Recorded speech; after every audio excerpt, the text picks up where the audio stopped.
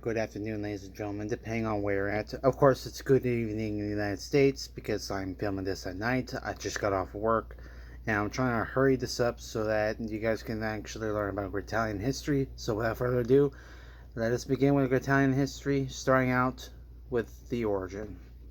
So, the country of Gritali was found near the country of Basaja on August 7th, 2022.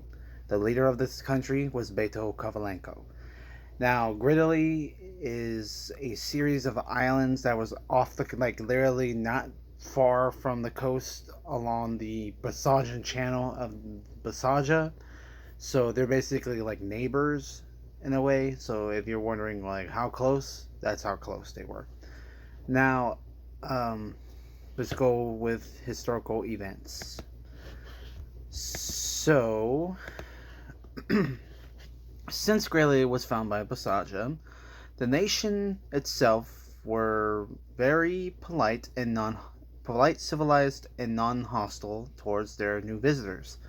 Also, since the nation has been isolated for so many years, they had a problem with their economy, so they began to trade with Basaja and other nations after their discovery. The first time the nation was involved in a war beyond their country, or borders of their country, was during the Bamayan Civil War, which they came to Vlad Rozhinsky's aid while the Iranians tried to conquer Bamaya by supporting the rebels. Also, Beto wanted to build a strong empire for his nation, and he saw an opportunity within this war. After they won the war, Vlad began to support Gritali financially, while Beto gave their country his soldiers to protect them from invaders. This was the first step of building his empire, or attempted building his empire. Over the next few months, Gritali has avoided other wars, but Beto was thinking of owning colonies in the Pacifica to expand his nation's empire and economy, along with making himself king of Gritali. So on January 7th, 2023, a year later, Beto was able to own one colony on Pacifica called Gapicinia, but he was still wanting a little more territory, so he arranged a meeting with the other nations on March 16th, 2023, to fix this problem, and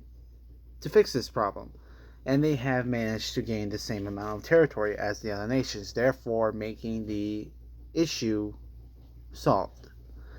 With the territories in order and even, Beto finally made the decision to turn his nation from a democracy to a monarchy on March 21st, 2023. A month after Gritali changed its government, a war has started and they decided to declare neutrality and support their allies with ammo, weapons, and food supplies. When the war was over, Gritali went back to monitor its empire and continue making money for their economy just in case if they declare war or end up in another war worth fighting.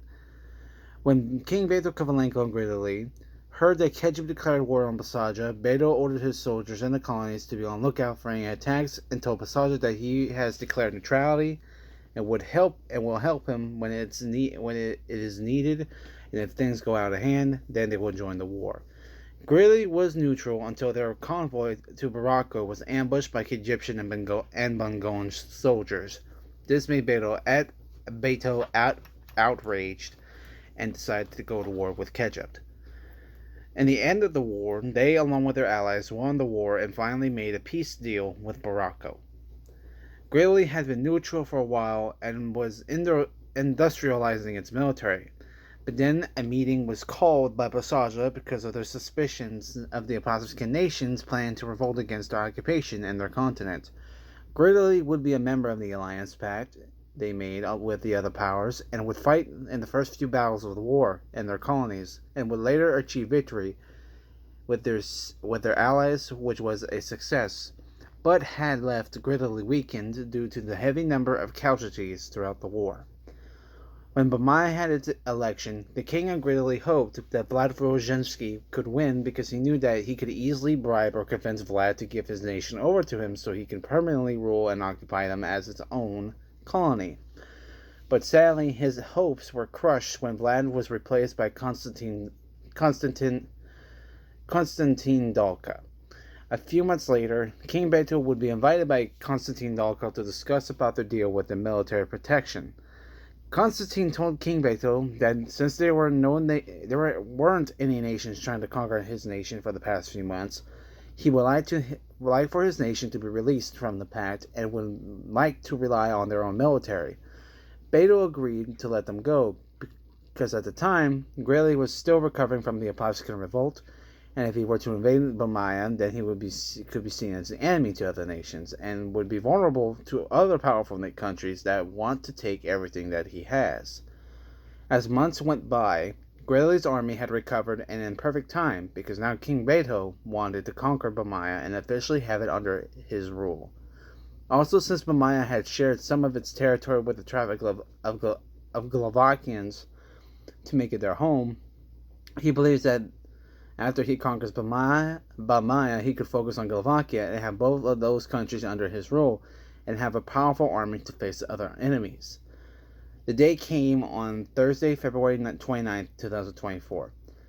Beto's soldiers were sent to Bamaya last night, and in the morning the soldiers had begun their invasion on Bamaya, which their first victory was the capture of Alcian Beach. From the beginning of the war, they had a couple of victories, but what caused them to be easily defeated were caused by overwhelming forces, poor strategies, and lack of equipment. When the Gritalian soldiers were defeated at Alcian Beach, King Beto had to surrender because he still needed men to guard the country and the colonies he has in the Pacifica. Beto would meet with the leader of Bamaya and their allies to discuss terms and the capital. They were told to never attack them again or try to reconquer them because they would be outmatched by Bamaya and their neighboring allies. They also have to pay 50% of their money for damage and construction reparations that were caused by their army in the beginning. Beto agreed to do what he was told, and was relieved that he got to keep his two colonies in Pacifica. And by the way, a few months later, their debt has been already paid to Bamaya, and they're now on nice terms with each other. There has been no plans of reinvasion or anything else yet, but they still want to keep the peace for now. As the months went by, Gritalian was isolated from conflicts and were glad to rely on the colonies that they had in Pacifica to help sustain their economy after their defeat during the first Bamatalian War, or the Bamatalian War. But when the Tanarians invaded the countries of Nigeria and Kejep, the Gritalians were startled by their attack, and along with many other nations, they declared war on Tanaria. The reason Gritalian declared war was because they were afraid that if Tanaria captured Kejep and Nigeria, they would conquer their colonies next, since Nigeria is close to Gibeah and Kejep was above Gabasinia. Throughout the war, the Gritalians and their allies suffered heavy casualties and underestimated their enemy's strategy, which resulted with them losing the war, but managed to make a peace deal for them to keep their colonies even though they hated that they were defeated. So basically, they managed to make a deal with Tanaria recently, and even though their outcome was okay, they were easily defeated, and it resulted with them having to suffer defeat, and that would leave a bitter mark on them. But however, even though they lost a few months later, this is another war that happened recently. When the Egyptians and Nigerians began the revolt against Tanari's occupation 3 months after the first war, all the allies, including Gritalian, supported them with military and financial aid. When the Tanarians surrendered and their empire disbanded, all the allies were glad to have their colonies and achieve the victory that they wanted from the first war. After the Gritalian War, which was what the war was called, Gritalian began to isolate itself from other conflicts because they don't want to risk losing all their resources and money, leaving them crippled. Okay, guys, so that is it for Gritalian history, and sometime tomorrow will be Ukrainian history. We're going to do a breakdown of Ukrainian history, and then I'm also going to be making a poll about the wars that I have done. I think I have done the Gritalian War. Just give me a few minutes while I look it up.